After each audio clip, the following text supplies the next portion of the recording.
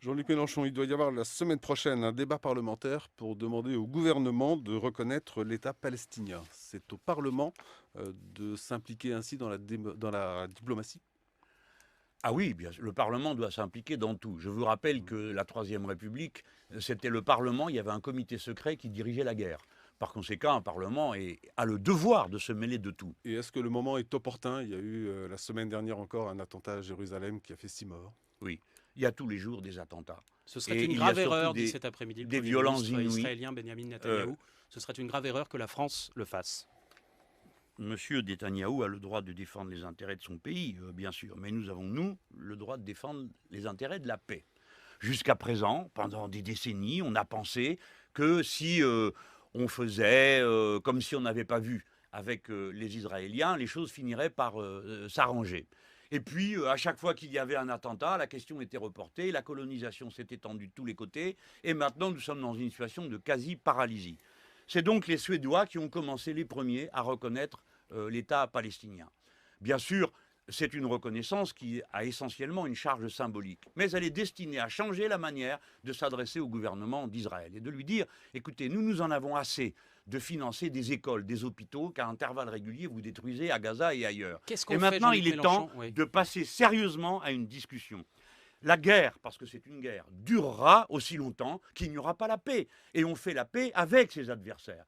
Et il est temps pour nous de montrer, la communauté internationale doit montrer qu'elle n'est pas aussi lâche qu'elle a d'abord paru au moment des événements de Gaza. La solution d'un État palestinien, elle vous semble viable aujourd'hui encore, en dépit de la colonisation de ces 350 000 colons qui sont aujourd'hui la installés? Il va falloir les enlever, La colonisation est absolument illégale.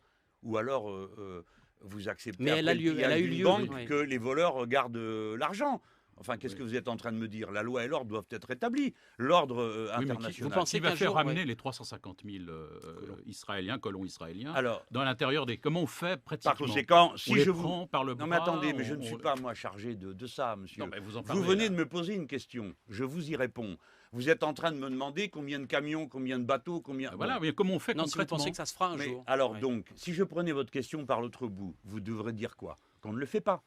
Et donc on laisse la violence être le gardien et l'arbitre ultime de la situation. Nous devons donner toutes ces chances à la paix. Pour que la paix puisse avoir lieu, il faut qu'il y ait des négociations. Pour qu'il y ait des négociations, il ne faut pas que les Palestiniens continuent à être humiliés comme ils le sont. Voilà, et après ils feront eux-mêmes leur vie. Les uns et les autres, Israéliens comme Palestiniens, savent que ça ne peut pas durer comme ça tout le temps.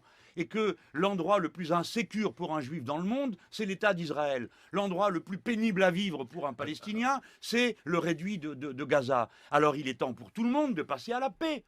Oui, mais les Juifs français sont les premiers à émigrer de toutes les communautés juives d'Europe et du monde. Les plus importants, la communauté la plus importante à aller en Israël actuellement, c'est la France. C'est les Français. Non, c'est pas les la Juifs France, français. ni Si, les si. Français. Si. C'est la J'ai communauté des française. Français. Si, non, si. Non, mais attendez, Ah, je ne sais non, pas si ce que vous dites est vrai. Absolument. Ce sont des Français. Et si des Français quittent leur patrie pour aller en servir une autre, je le déplore. Et je déplore le communautarisme qui peut les conduire à une telle aberration. Je me rappelle que dans le passé, les Juifs de France étaient le levain, le sel de la République française. Ils en étaient les meilleurs gardiens, les plus hostiles au communautarisme. Et je déplore qu'on en soit là. Les jeunes Français ou les Français. Mais ce sont des familles qui s'y exilent. Elles s'exilent parce qu'elles pensent qu'elles auront plus de sécurité en Israël qu'en France. C'est ça la vérité. Regardez ce qui s'est passé. Regardez les rapports, notamment du CRIF.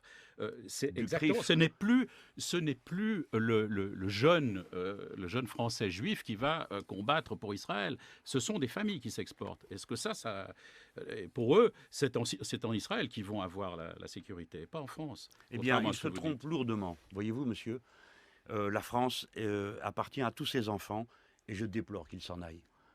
Il faut rester attaché à sa patrie. On ne l'emmène pas à la semelle de ses souliers, Danton le disait. Quant à croire que la situation est plus sûre en Israël qu'en France, c'est qu'auparavant on aura procédé à un bourrage de crâne absolument invraisemblable. Je sais que le CRIF en fait une activité régulière.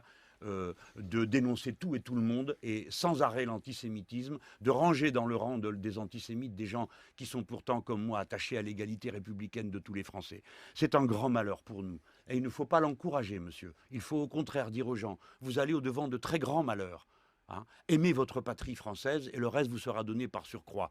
Ici, on pratique la religion que l'on veut, grâce à la laïcité de l'État. Et bien sûr, nous avons des fois des difficultés. Elles sont envenimées par le conflit au Moyen-Orient. Il faut donc en finir